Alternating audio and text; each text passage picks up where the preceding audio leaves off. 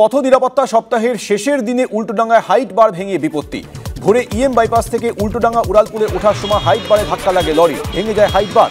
লেকটাউনের দিকে যাওয়ার রাস্তা বেশ খানিকক্ষণের জন্য বন্ধ হয়ে যায়। কলকাতা পুলিশের বিপর্যয় মোকাবিলা বাহিনী গিয়ে রাস্তা পরিষ্কার করার পর যান চলাচল স্বাভাবিক হয়।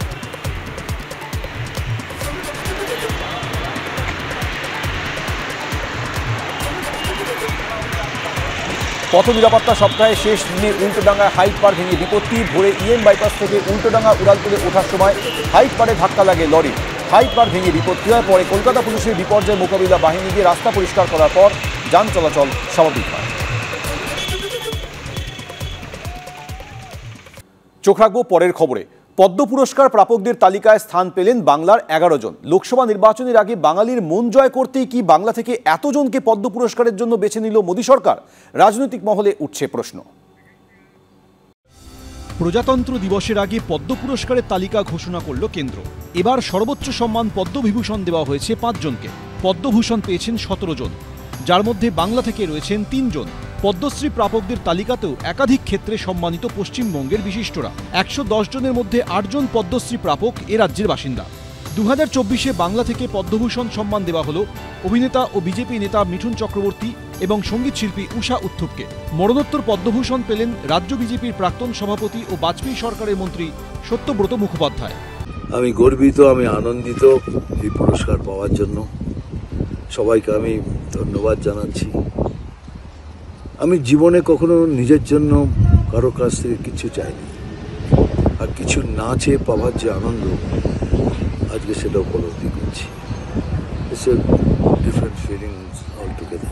Everybody, thank you so much for supporting me for 54 years of singing, and I think it's wonderful to be recognized by your government and by your own people.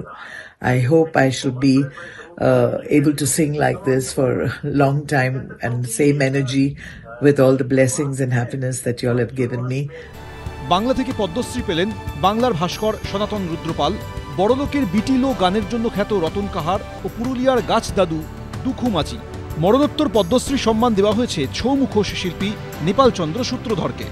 Lok Sabha নির্বাচনের আগে বাঙালির মন জয় করতেই কি বাংলা থেকে এতজনকে পদ্ম পুরস্কারের জন্য বেছে নিল মোদী সরকার? উঠছে সেই প্রশ্ন। এছাড়াও দেশের প্রথম মহিলা মাহুত অসমের পার্বতী বড়ুয়া রয়েছেন পুরস্কার প্রাপকদের তালিকায়। অন্যদিকে যে 5 জনকে সর্বোচ্চ সম্মান পদ্মবিভূষণ দেওয়া হচ্ছে তার মধ্যে 4 জনই দক্ষিণ ভারতে। একদা বিজেপি সরকারের মন্ত্রী ও বিজেপির অন্যতম শীর্ষ নেতা ভেঙ্কাইয়া নাইডুকে পদ্মবিভূষণ দেওয়া হচ্ছে। এছাড়াও পদ্মবিভূষণ পাচ্ছেন দক্ষিণী সুপারস্টার চিরঞ্জীবী, তামিলনাড়ুর বাসিন্দা বলিউডের কিংবদন্তি অভিনেত্রী বৈজয়ন্তীমালা বালি ও তামিলনাড়ুর পদ্ম Subrahmanyam. It's only the unconditional and invaluable love of the people, audiences, my fans, my blood brothers and blood sisters that allowed me to reach here.